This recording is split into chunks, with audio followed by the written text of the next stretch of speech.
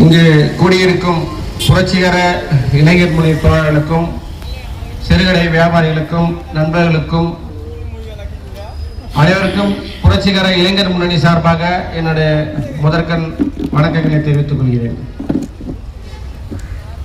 தற்போது புரட்சிகர இளைஞர் முன்னணி சார்பாக இங்கு நடைபெற்றுக் கொண்டிருக்கின்ற ஆர்ப்பாட்டத்தின் கோரிக்கை முழக்கம் என்னவென்றால், நவீன வர்ணாசிரம கொலைக்கருவி நீட்டை ஒழிப்போம். பாசிச பாஜக அரசே நீட்டை ரத்து செய், கல்வியை மாநில பட்டியலுக்கு மாற்று என்ற அடிப்படையிலே இன்று புரட்சிகர இளைஞர் முன்னணி சார்பாக பல்லாவரத்திலே ஆர்ப்பாட்டம் நடைபெற்றுக் கொண்டிருக்கிறது. இதே சூழலில் ஏற்கனவே நடந்து முடிந்த காங்கிரஸ் ஜனதா பார்ட்டியினுடைய டெல்லி முதல் தமிழ்நாடு வரையிலான போராட்டங்களில் அவருடைய கோரிக்கையான தர்மேந்திர பிரதான் கல்வி அமைச்சர், ஒன்றிய கல்வி அமைச்சர் தர்மேந்திர பிரதான் பதவி விலக வேண்டும், இறந்த மாணவர்களுக்கு முறைகேட்டின் மூலமாக உயிரிழந்த மாணவர்களுக்கு நிவாரணம் வழங்க வேண்டும் போன்ற கோரிக்கைகளை நிறைவேறியதால் அவர்கள் முடித்துக் கொண்டார்கள். ஆனால் தமிழ்நாட்டு மாணவர்கள், அதே காங்கிரஸ் ஜனதா பார்ட்டி டெல்லியிலே பேர் நீட் என்று வைத்தது, ஆனால் இங்கே தமிழ்நாட்டிலே பேன் நீட் என்றுதான் நாம் போராடினோம். சென்னையிலே தியாகராய நகரிலே பாலன் இல்லத்திலே, சிபிஐ அலுவலகமான பாலன் இல்லத்திலே அங்கு மாணவர்கள் கூடி தொடர்ச்சியாக போராட்டம் நடத்தினார்கள். புரட்சிகர இளைஞர் முன்னணி சார்பாகவும் நாம் அங்கு சென்று தோழர்களுடன் சென்று ஆதரவு தெரிவித்து பேசி வந்தோம். அங்கு ஒருவர் கூட தர்மேந்திர பிரதான் பதவி விலகுவதெல்லாம் ஒரு பெரிய விஷயமாக அவங்க பார்க்கவில்லை. ஏனால் ஒரு தர்மேந்திர பிரதான் போனால் அடுத்தடுத்து 1000 தர்மேந்திர பிரதான்கள் பிஜேபியில் இருக்கிறார்கள். ஆனால் நீட்டை ஒழித்தால் மட்டுமே இது போன்ற உயிரிழப்புகளை தடுக்க முடியும் என்பதிலே தமிழ்நாட்டு மாணவர்கள் உறுதியாக இருந்தார்கள். ஆகவே பேன் நீட்டை ரத்து செய் என்றுதான் தமிழ்நாட்டில் நடந்த போராட்டங்கள் நடந்தன. அதை அங்கே டெல்லியில எப்படி பாசிச பாஜக அரசு கொடுமையான முறையில் வன்முறையை கையாண்டு மாணவர்களை அடித்து உடைத்து மண்டையை உடைத்து அவர்களை கையாண்டதோ அதே நிலையை தான் இங்கு ஜனநாயகன் விஜயினுடைய அரசும் நடந்து கொண்டது. அது பேரை சொல்றது கொஞ்சம் வெக்கமாகுது, அவர் பின்னாடி ஜனநாயகன் சொல்றதுக்கு. ஏன்னா அவரோட ஆட்சியில் ஜனநாயகம் இல்லை, அவர் சினிமாவில் மட்டும்தான் ஜனநாயகன். ஆட்சியில ஜனநாயகமாக சட்டமன்றத்தில் பேச சொன்னா கூட பேச மாட்டார். ஏதோ நம்ம ஒரு சிறு வயதெல்லாம் பார்த்திருப்போம், குழந்தைக்கு ஆவி அடிச்சிச்சு அப்படின்னு உட்காந்து மூச்சுன்னு, அது போல எப்ப வர சட்டமன்றத்தில் அப்படியே தான் உட்காந்துக்கிறாரு. என்னமோ ஏதோ தெரியல, திடீர்னு வெளியில வந்தா ஸ்கிரிப்ட் பேப்பர் எடுத்துன்னு அப்படியே அனல் பறக்க பேசுவாரு. இதே அவருக்கு வழக்கமா போச்சு. இல்லைன்னா வீட்டுக்கு போயிட்டு கருத்து போடுவார், இல்ல வீடியோ போடுவார். சட்டமன்றத்தில் மட்டும் வந்தா மட்டும் உள்ள கால எடுத்து வச்சோடனே அவருக்கு அப்படியே முக கண்ணுக்கு பெய் அரைஞ்ச மாதிரி ஆகி அப்படியே உட்காந்துடுறாரு. இப்படி பேசவே சட்டமன்றத்திலே பேசாதவங்க ஜனநாயகன் படம் எடுத்து விட்டு இருக்காரு. அதுக்கு பின்னாடியும் அறியாத மாணவர்கள் தெரியாமல் சென்று கொண்டிருக்கிறார்கள். அவர்களை திருத்தி வழிநடத்தி நம்முடைய மாணவர் களங்களிலே போராட்ட களங்களை இணைக்க வேண்டிய கடமையும் நம்முடையதாக இருக்கிறது. இப்படி தமிழ்நாட்டிலே அதன் தொடர்ச்சியாக இன்றும் கூட ராஜரத்ன ஸ்டேடியத்திலே இப்போது நாம் பேசிக் கொண்டிருக்கிற இதே நேரத்திலே அங்கு போராட்டங்கள் நடந்து கொண்டு இருப்பதாக செய்திகள் வந்தது. போராடுவதற்கான முயற்சிகள் நடந்து கொண்டிருப்பதாக செய்திகள் வந்து கொண்டிருக்கிறது. இன்னமும் அடுத்தடுத்தும் இந்த போராட்டம் முடிந்து விட்டதாண்டா, முடியவில்லை. தமிழ்நாட்டிலே மீண்டும் தொடங்கி இருக்கிறது. அதற்கான திட்டங்கள் தமிழ்நாட்டிலே இளைஞர்கள் இணைந்து பேசிக் கொண்டிருக்கிறார்கள். விரைவில் போராட்ட அறிவிப்புகள் வரும். நாம் அனைவரும் களம் காண வேண்டிய நேரம் நெருக்கத்தில் தான் இருக்கிறது என்பதை இந்த ஆர்ப்பாட்டத்தின் வாயிலாக தெரிவித்துக் கொள்கிறேன். உண்மை நீட்டை நாம் ஏன் எதிர்க்க வேண்டும் என்பதற்கு எனக்கு முன்னால் பேசிய தோழர்கள் பல்வேறு விளக்கங்களை கொடுத்தார்கள். அதுக்கு முன்னால் நான் உங்களுக்கு ஒரு சிறிய ஒரு கதை ஒன்று. ஏன்னா இப்ப தமிழ்நாட்டில் கதை சொல்றதுலாம் நிறைய வந்துருச்சு. முதலமைச்சரும் கதை சொல்றாரு, எதிர்கட்சி தலைவரும் கதை, எல்லாருமே கதை சொல்றாங்க. இப்போ அப்ப நம்ம கதையின் மூலமாக ஒரு விஷயத்தை விளக்குவது என்பது ஒரு எளிமையான செயல். என்னன்னாக்கா, நாம ஒரு காலத்துல பார்த்துப்போம், ரோம் நகர பேரரசுகள்லாம் பார்த்துப்போம். ஒரு பெரிய ஒரு விளையாட்டு ஸ்டேடியம் போல கட்டி நடுவுல அடிமைகளை விட்டு சண்டைகள் விடுவாங்க.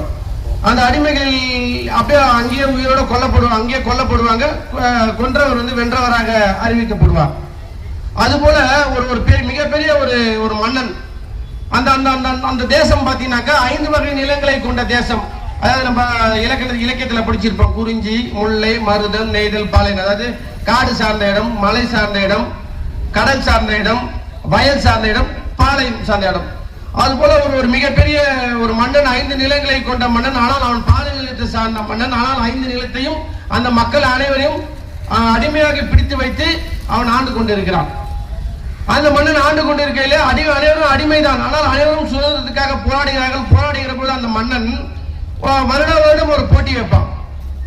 அந்த வருட வருடம் வைக்கிற போட்டியில அந்த மக்கள் எத்தனை பேர் கலந்துக்கலாம். ஆனா அந்த போட்டியில பாத்தீங்கன்னாக்கா அதனுடைய வெற்றி எத்தனை பேருக்கு கொடுக்கப்படனாக்கா 1 லட்சம் பேருக்கு தான் விடுதலை கொடுக்கப்படும். ஒரு வருடத்திற்கு 1 லட்சம் பேருக்கு விடுதலை கொடுக்கப்படும். அந்த 1 லட்சம் பேர் பாத்தீங்கன்னாக்கா என்னடா அவங்க கொடுக்கணும், அவங்களுக்கு தனியாக நிலம் கொடுக்கப்படும். அவர்கள் வாழ்ந்து கொள்வதற்கு தனியாக நிலம் கொடுக்கப்படும். இப்படி அந்த மன்னன் வருடத்துக்கு 1 லட்சம் பேருக்கு விடுதலை, தனியாக நிலம் என்று அறிவிப்பான். அந்த போட்டி என்னவென்றால், நீ மலை சார்ந்த இடம் பார்க்கறதாலும் சரி, நீ கடல் சார்ந்த பகுதியில் வாழ்வதாலும் சரி, காடு சார்ந்த பகுதியானாலும் சரி, வயல் சார்ந்த பகுதியானாலும் சரி, நீ போட்டி பாலைவன பகுதியில் தான் கலந்து கொள்ள வேண்டும். ஒரு குறிப்பிட்ட தூரத்தை பாலைவனத்தை கடந்து சென்று இலக்கை அடைந்தால் உனக்கு விடுதலை, நிலம் கொடுத்து வாழ வைக்கப்படுவார் என்று அறிவிப்பு. அதுக்கு 1 லட்சம் பேருக்கு மட்டுமே வாய்ப்பு. ஆனால் எத்தனை லட்சம் பேர் வேணா கலந்துக்கலாம். கிட்டத்தட்ட 30க்கும் மேற்பட்ட மக்கள் அந்த போராட்டத்தில் அந்த போட்டியிலே கலந்து கொள்வார்கள். வருட வருடம் அந்த போட்டியில பார்த்தீங்கன்னா வருட வருடம் கிட்டத்தட்ட 1 லட்சம் பேர் வெளியிறார்கள். ஒரு வருடம் அதுபோல் போட்டியிட்ட போது பாலைவனத்தை கடந்து சென்று அந்த இலக்கை அடைய வேண்டும். கடுமையான வெப்பம், பல்வேறு விஷ பூச்சிகள், பாம்புகள் போன்றவற்றெல்லாம் பாலைவனங்கள் இருக்கும். நீர் கிடையாது, உணவு கிடையாது. ஆனால் கடந்து சென்று இலக்கை அடைய வேண்டும். இதுல என்ன ஒரு முக்கியமான ஒரு வேறுபாடு, ஒரு சமத்துவமின்மைன்னு பார்த்தீங்கன்னாக்கா, அதுல யார் வேணாலும் எப்படி வேணாலும் கலந்துக்கலாம். அதாவது பாலைவனத்தின் இலக்கை கிடைப்பதற்கு நடந்து சென்று நடைபாதையாக அவர்களும் வேற எந்த உபகரணங்களும் எந்த பொருட்களும் கிடையாது. அதே சமயம் சில பேரும் கோவேறு கழுதைகளை கொண்ட சில பேரும் கலந்து கொள்கிறார்கள். குதிரைகளை கொண்ட சில பேரும் அந்த போட்டியிலே கலந்து கொள்கிறார்கள். சிலர் பாலைவன கப்பல் என சொல்லப்படுகிற ஒட்டகத்தை கொண்டவரும் போட்டியில கலந்து கொள்கிறார்கள். பாருங்க, அந்த போட்டியிலே எப்படி சமத்துவன்மை, எல்லாரும் கலந்துக்கலாம், எல்லாருக்கும் விடுதலை, எல்லோருக்கும் நிலம் கொடுக்கப்படும். 1 லட்சம் பேருக்கு நிலம் கொடுக்கப்பட்டு விடுதலை கொடுக்கப்படும். ஆனா அந்த போட்டியில கால்நடையா போறவரும் கலந்துகிறாரு, கோவேறு கழுதியை உதவியா கொண்டு போறவரும் கலந்துகிறாரு, குதிரையை வைத்துக் கொண்டு இருப்பவரும் கலந்துகிறாரு, பாலைவன கப்பலான ஒட்டகத்தை வைத்துக் கொண்டு கலந்து கொள்கிறார். யார் ஜெயிப்பா? பெரும்பான்மை வாய்ப்பு ஒட்டகத்தை வைத்துக் கொண்டு போவதால் பாலைவன பகுதியை வென்று அந்த விடுதலை அடைவதற்கான வாய்ப்பு அதிகமாக இருக்கிறது. ஆனால் அந்த போட்டியில கலந்து போவர்கள் காடு சார்ந்த பகுதியில் இருந்து வருகிறார்கள், வயல், கடல் என அனைத்து பகுதி சார்ந்தவர்கள் வரார்கள். அதில் யாருக்கு வாய்ப்புனா பாலைவன பகுதியிலே வாழ்ந்து கொண்டிருப்பவர்களுக்கு தான் அதிகமான வாய்ப்பாகவும் இருக்கும். இப்படிப்பட்ட ஒரு சமத்துவமின்மையான ஒரு போட்டியை அந்த அரசன் வைக்கிறான். அந்த போட்டியில ஒரு வருடம் 1 லட்சம் பேர் வெல்றாங்க. கிட்டத்தட்ட 30 லட்சத்துக்கும் மேற்பட்டவர் கலந்துக்கிறாங்க. 1 லட்சம் பேர் வெற்றி பெறாங்க. அந்த 1 லட்சம் பேருக்கு இடம் தரணும்னு வரும்போது அந்த மன்னன் எப்படி தரானாக்கா, அரசு சார்பா ஒரு 50,000 பேருக்கு இடத்த கொடுத்துறான். அரசு நிலத்தை ஒரு 50,000 பேருக்கு இடத்த கொடுத்துட்டு மிச்சம் 50,000 இடம் ஏஜென்ட்டுங்கிட்ட கொடுத்துக்கிறேன், அவங்க கிட்ட போய் நீங்க ஏலத்துல எடுத்துக்கலாம். மொத்தம் 33 லட்சம் பேர் கலந்துக்கிறாங்க. அதுல 1 லட்சம் பேர் வெற்றி பெறாங்க. அந்த 1 லட்சம் பேர்ல 50,000 பேருக்கு மட்டுமே அந்த மன்னன் இலவசமாக நிலங்களை கொடுத்து விடுகிறான். மீதம் உள்ள 50,000 பேருக்கு ஏஜென்ட்டுகளிடம், அந்த ஏஜென்ட்டுகள் அனைத்து நிலங்களிலும் பரவி இருப்பாங்க. அந்த ஏஜென்ட்டுகளிடம் போய் உங்களுடைய நிலங்களை ஏலத்தில் எடுத்துக் கொள்ளுங்கள் அப்படின்னாக்கா, அதுல வெற்றி பெற்ற மிச்சம் 50,000 பேர் இருக்கிறாங்க இல்லையா, 50,000 பேர் அரசு கிட்ட வாங்கிட்டாங்க, நிலத்தை விடுதலை வாங்கிட்டாங்க. இன்னும் 50,000 பேர் நிலம் வாங்கினாக்கா அவங்க ஏலத்துல விடுறான் ஏஜென்ட், தனியார். அந்த தனியார் முதலீடு போய் நிலத்தை வாங்க வேண்டும் என்றால் அவங்க ஏலத்தில் விடுவார்கள். ஏலத்துல யார் எடுக்க முடியும்? கண்டிப்பா அந்த ஒட்டகம் வச்சுக்கிறவங்க பெரிய பாக்கான இருப்பான், அவன் எடுப்பான். அப்புறம் குதிரைக்காரன் எடுப்பான். அப்புறம் தான் கோவில் கால்நடைக்காரு போய்ச்சி ஜெயிச்சாரான்றதே சந்தேகம். அந்த 1 லட்சம் பேர்ல மிஞ்சி போடுவார் 1000 பேர் கூட அந்த கால்நடையை ஜெயிச்சிருக்க வாய்ப்பே கிடையாது. இப்படி சமத்துவம் ஒரு போட்டி. அதுல 50,000 பேருக்கு அரசு கொடுத்ததுக்கு அப்புறம் 50,001 50,002 வந்திருப்பாங்கள, அவங்களுக்கு கிடைச்சிருக்குமா அப்படின்னு பார்த்தா அப்படி கிடையாது.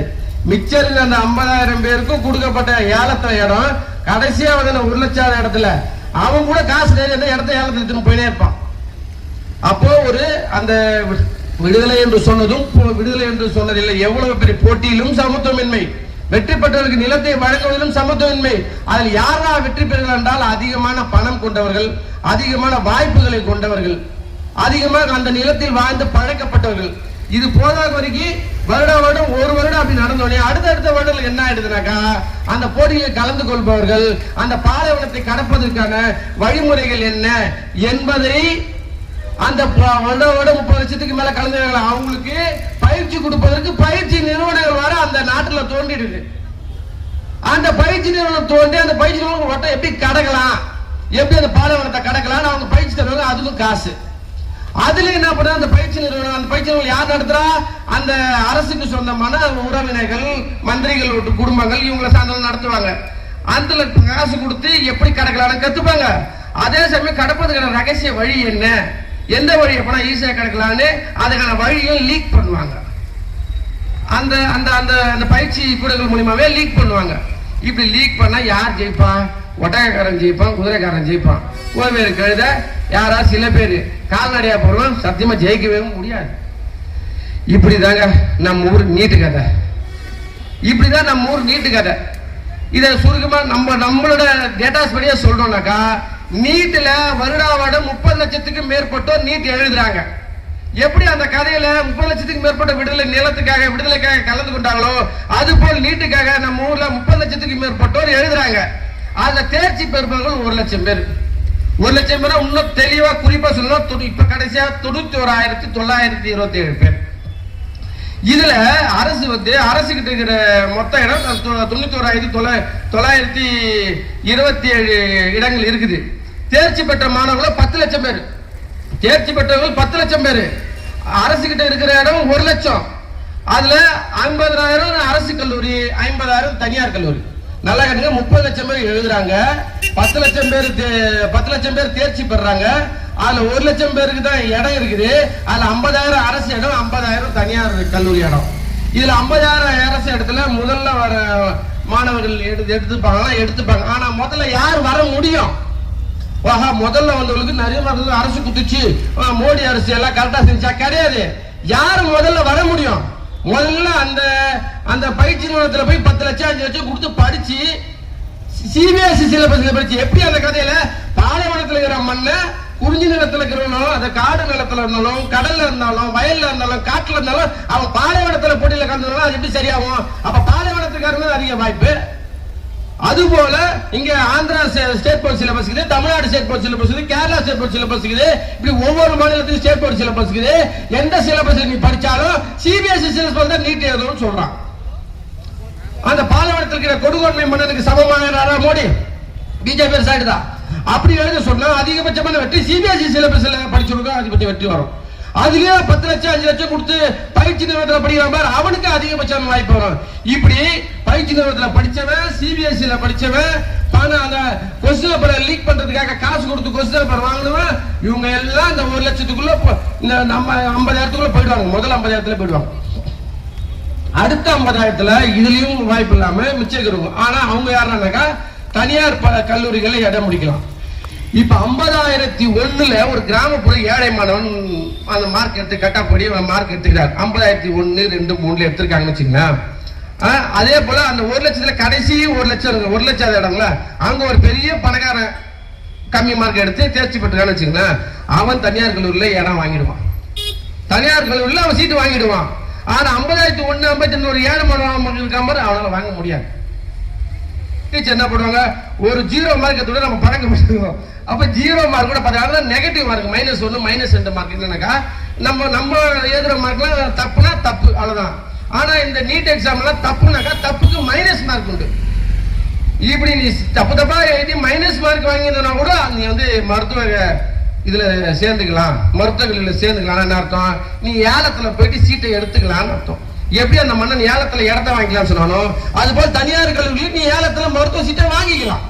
இதுதான் மோடி சீட்டு. இப்படிதான் நீட்ல 30 லட்சம் பேர் போட்டியிட்டு 1 லட்சம் பேர் எடுத்த 50,000 சீட்டை தனியார் அரசுக்கும் 50,000 சீட்டை தனியாருக்குமா கொடுத்து அதுல எல்லாம் மிகப்பெரிய பணக்காரர்களும் சிபிஎஸ்இ சிலபஸில் படித்தவர்களும் இவர்கள் மட்டுமே நீட் எடுத்துன்னு போனாங்க. ஏழை எளிய கிராமப்புற, ஏழை எளிய நகர்ப்புற மாணவர்களுக்கு அங்க மருத்துவ கிடைக்கல. அப்ப அந்த மருத்துவமனை கிடைக்காம ஒருத்தர் ஏமாந்து உட்கார்ந்து இருப்பான் ஒரு மாணவன். அவன் எதிர்க்க அவனுடைய கீழ்த்தனமா குறைவான மார்க் எடுத்துவான். காசு இருக்குன்ற ஒரே காரணத்துக்காக சீட்டு வாங்கிட்டு அவன் எதிர்க்க கல்லூரிக்கு போறத பார்த்தா அவன் எப்படி இருப்பான்? அவனோட உளவியல் தாக்கம் எப்படி இருக்கும்? அவனோட உளவியல் தாக்கம் எப்படி இருக்கும்? அந்த உளவியல் தாக்கம் என்பது எப்படி இருக்குன்றது மருத்துவத்தில் சொல்றாங்களா? மாணவர்கள் தற்கொலை செய்து கொள்ளக்கூடாது, அரசு சார்பாக நாங்க கவுன்சிலிங் கொடுக்கணும்ன்றாங்களே, அந்த கவுன்சிலிங் எல்லாம் அந்த உளவியல் தாக்கத்துக்கு செல்லாது. உளவியல் தாக்கத்தில் 2 விதமான உளவியல் தாக்கம் இருக்குது. அது ஒரு உளவியல் தாக்கம் பாத்தீங்கன்னாக்கா, ஒரு பேரதிர்ச்சிகளை கண்ட அந்த இது, அதாவது நம்மளோட மூளையில பின்பக்கத்துல, அதாவது லிம்பிக் ஏரியான்னு சொல்லுவாங்க, லிம்பிக் சிஸ்டம் சொல்லுவாங்க. அந்த லிம்பிக் சிஸ்டத்துல ஏதோ ஒரு, அதாவது நம்ம ஒரு படம் பார்த்தோம், தெனாலி படம் பார்த்தல, அந்த படத்துல தும்ம பயம் தாம பயம் எல்லாத்துக்கும் பயந்து நிற்பான். அந்த பயம் எதனால வந்து அந்த ஈழத்தில் போடப்பட்ட குண்டு, சிங்கள ராணுவத்தால் ஈழத்தில் போடப்பட்ட குண்டின் பார்த்து அந்த அதிர்ச்சியில் அவங்க அம்மா இறந்தது எல்லாத்தையும் பார்த்து அந்த பேரதிர்ச்சியில் உருவான அந்த பய உணர்ச்சி சாகும் முறை இருக்கும். அது அந்த அளவுக்கு அந்த லிம்பிக் சிஸ்டத்தை தாக்கிடும். அதே போல அது தவிர வேற சிந்திக்க முடியாது, அதிலே தான் அவனும் அந்த டிப்ரெஷன் வெளியே வரவே முடியாது. இன்னொரு சில வகைகள் வந்து அவங்க வந்து ஹைப்பர் டென்ஷன் காரணமாக அந்த டிப்ரெஷன் ஒவ்வொரு தடவை வரும் போகும் வரும், அந்த மாதிரி டிப்ரெஷன் சாதா டிப்ரெஷன் அதை தீர்த்து கொள்ள முடியும். ஆனால் இந்த நீட் எக்ஸாம்ல தன்னெதிர்க்கு இதுக்கப்புறம் நமக்கு வாழ்வு என்னன்னு சிந்திக்கவே யோசிக்க முடியாது. கண்ணெதிரில் தன் கூட படித்தவன் மருத்துவ கல்லூரிக்கு போகிறான் காசுக்குன்ற ஒரே காரணத்துக்காக, நான் காசுலன்ற ஒரே காரணத்துக்காக அதிக மதிப்பெண் எடுத்தோம். நான் வீட்டுல கிட்டே தாய்க்கு என்ன பதில் சொல்லுவேன், தந்தைக்கு என்ன பதில் சொல்லுவேன். வெளியில போனா ஒவ்வொருத்தரும் கேட்பாங்களே, என்னம்மா டாக்டருக்கு சேர்த்தியா, அந்த விட்டு பையன் சேர்த்தாலே, நீ சேர்லையா கேட்டா எப்படி மனம் வெதும்பும்?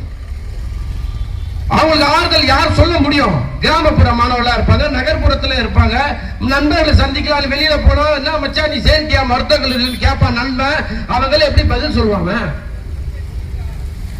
பணக்காரன் சேர்றான், நம்ம ஏழை சேர முடியல, நம்ம அப்பாவால பணம் கட்ட முடியல. சில மாணவர்களுக்கு அப்பா பணம் கட்டி தான் சேர்த்துக்கலாமே தோணும்.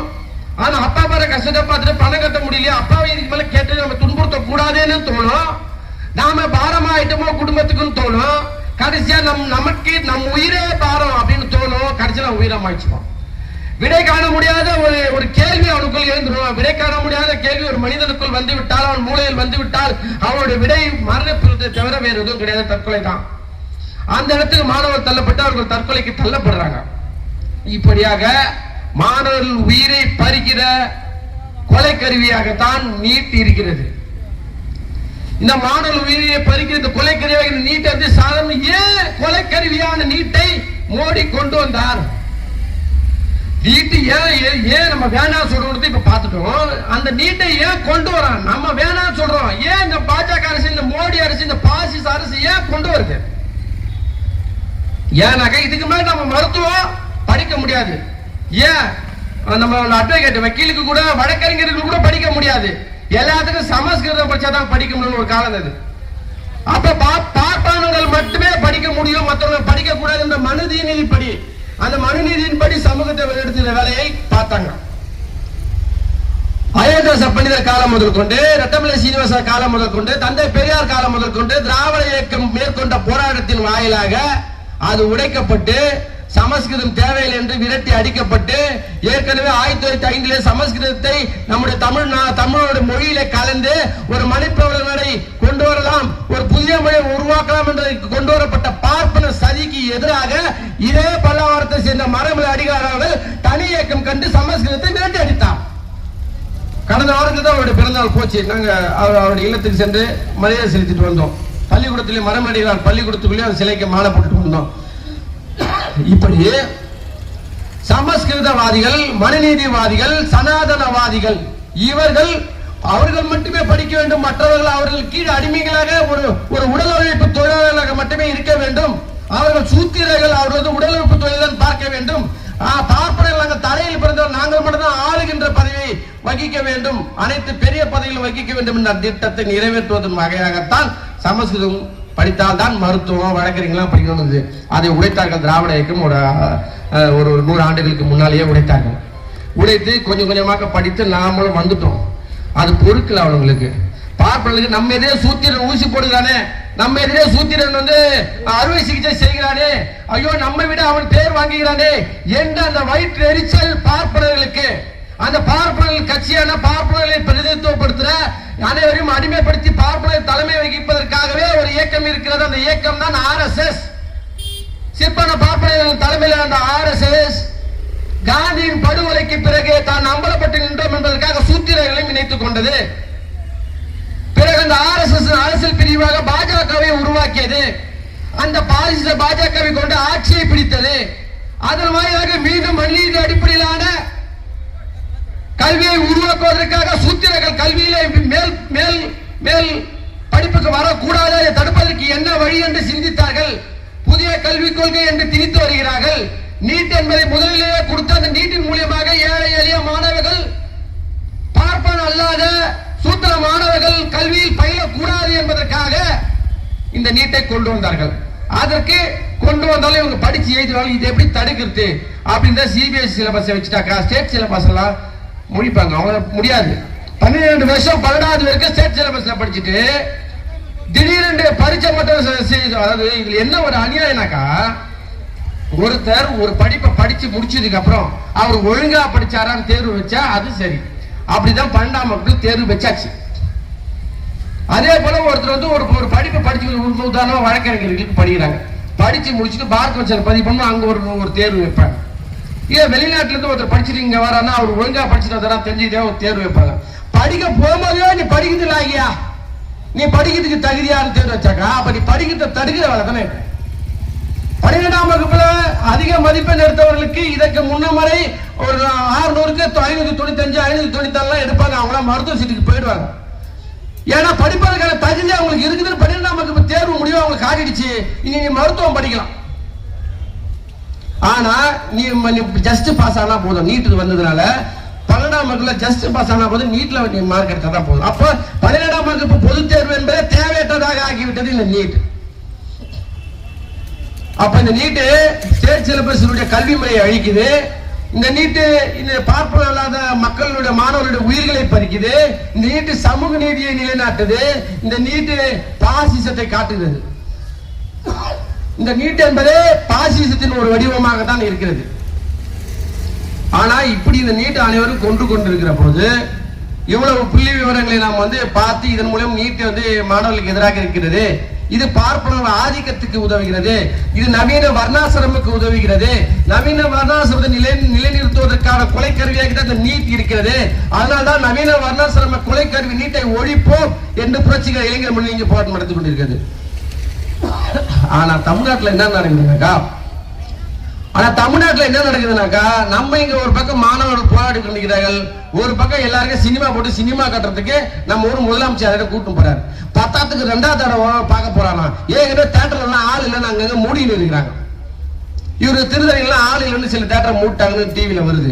இவர் இன்னொரு தடவை பாக்குறாரு. ஏன் பாக்குறாரு? ஐயோ படம் வந்து வசூல் கம்மியாயிட போது, நம்ம போனா நம்ம பின்னாடி வால் நட்சத்திரம் மாதிரி இந்த கூட்டம் வருமே அப்படின்றதுக்காக அவங்க ஒரு இன்னொரு சினிமா பாக்குறாராம். ஆனா உண்மையில என்ன நடந்துட்டு தெரியுமா, ஒரு நம்ம போன கூட்டத்துல பேசுறத விட ஜென்சிக்கள் வந்து ஜென்சிக்கள் இப்படி இருக்கிறாங்க ரொம்ப மன வருத்தப்பட்டு பேசினேன். ஆனா இப்ப இந்த கூட்டத்துல பேசுவாங்க ஜென்சிக்கள் அப்பதான் மார்க்ஸ் சொன்னது நினைவு வருது. கார்ல் மார்க்ஸ் அவர்கள் சொல்வாரு, அந்த இயற்பியல் அந்த தத்துவத்துல சொல்வாரு, இயக்கவியல் பொருள் முதலாளத்துல எல்லா பொருட்களானது எல்லா பொருட்களும் நேரெதிர் இரு பண்புகளோடு தான் செயல்படுதுன்னு சொல்வார். எல்லா பொருளும் இயங்குது, நேரெதிர் பண்புகள் உள்ளே இருக்கிறது. அதன் மூலியமாக எந்த பண்பு முந்துகிறதோ அது பொருளாக வெளிப்படுவாரு.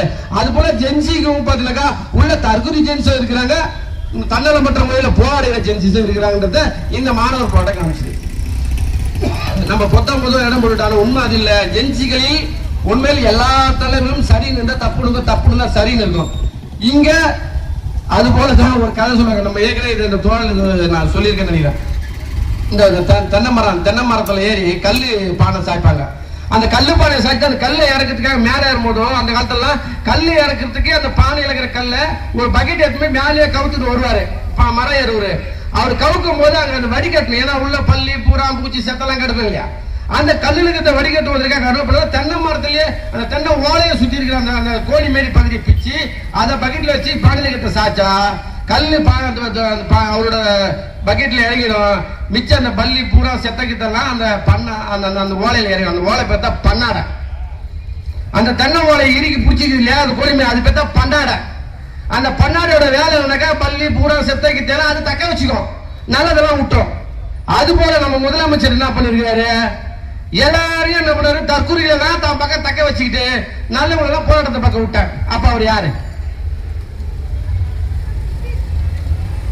அந்த தென்னை மரத்தில் இருக்கிற பண்ணாடை போலதான் இங்கே தற்கொலைகளை எல்லாம் அழைத்துக் கொண்டு சினிமா தியேட்டருக்கு கொண்டு சென்றார்கள். மற்றவர்கள் போராட்ட களத்தில் நின்றார்கள்.